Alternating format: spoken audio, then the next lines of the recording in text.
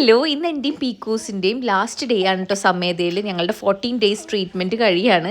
പീക്കൂസ് ഇതേ രാവിലെ ഉറക്കത്തിലൊക്കെ എഴുന്നേറ്റ് ഓയിൽ മസാജൊക്കെ ചെയ്ത് കുളിച്ച് സുന്ദരിയാവുക. ചേച്ചിമാർ വന്നിട്ട് അവളെ കുളിപ്പിച്ച് അവൾ എത്ര ചിരിച്ചിരിക്കണ കണ്ടാലും അറിയാം അവൾ എത്ര ഹാപ്പി ആയിട്ടാണ് ആ ഓയിൽ മസാജും കുളിയൊക്കെ എന്നുള്ളത്. ഇങ്ങനെയായിരുന്നു 14 ഡേയ്സ് എനിക്കും ബേബിക്കുള്ള കെയർ ഇവിടുത്തെ എന്ന് പറയണത് സമയതയിൽ. ഞാൻ കോഴിക്കോട് സമയതയിൽ ഞാൻ പറഞ്ഞല്ലോ അല്ലേ.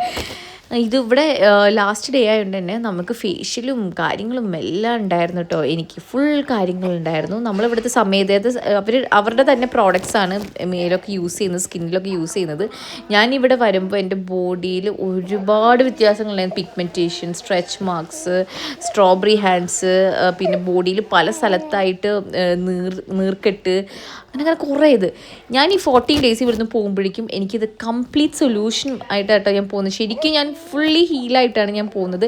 എൻ്റെ മൈൻഡും ബോഡിയും എത്ര റിലാക്സ്ഡ് ആയെന്ന് എനിക്ക് പറയാൻ പറ്റില്ല. സമയത്ത് ശരിക്കും എനിക്ക് വീട് പോലെയായിരുന്നു. എനിക്ക് മാത്രമല്ല, എൻ്റെ കൂടെ വന്ന ഉമ്മാക്കും പീക്കൂസിനും ഒക്കെ ഒരു വീട് പോലെയായിരുന്നു. അത്രയും കെയറും ശരിക്കും എനിക്ക് വീട് അത്ര തന്നെ ഞാൻ പറയാമെന്ന്. അങ്ങനെ ഈ ഓയിലൊക്കെ ചെയ്തത് നമുക്ക് സ്റ്റീം ബാത്തും കാര്യങ്ങളൊക്കെ ഉണ്ടായിരുന്നു. അത് കഴിഞ്ഞിട്ട് ബോഡിയിൽ നമുക്കൊരു പാക്ക് ഇട്ട് തന്നു. ഇപ്പം നിങ്ങൾക്ക് കാണാം ഈ വീഡിയോയിൽ എന്തൊക്കെയാണ് എനിക്ക് ചെയ്തുകൊണ്ടിരുന്നത്. എന്തൊക്കെ ഒരു കുഞ്ഞൊരു അംശം മാത്രമാണ്. ഈ 14 ഡേയ്സിൽ എനിക്ക് പല പല കെയർസും പല ട്രീറ്റ്മെൻറ്റ്സും ഉണ്ടായിരുന്നു. സോ പോസ്റ്റ്നേറ്റൽ കെയർ എന്നുള്ളത് ഓരോ സ്ത്രീകൾക്ക് സത്യം പിന്നെ അവകാശപ്പെട്ട കാര്യമെന്ന് ഞാൻ പറയേണ്ടി വരും. കാരണം നമുക്ക് അത്രയും നമ്മൾക്ക് പാമ്പറിങ് ഒക്കെ ആവശ്യമുള്ളൊരു ടൈമാണ്, നമുക്ക് കെയർ ആവശ്യമുള്ളൊരു ടൈമാണ്. സോ നിങ്ങൾക്ക് പറ്റുവാണെങ്കിൽ ഉറപ്പായിട്ടും സമേതാന്നേ എനിക്ക് പറയാനുള്ളൊരു ഒറ്റ വാക്കിൽ ഇങ്ങോട്ട് വരാം.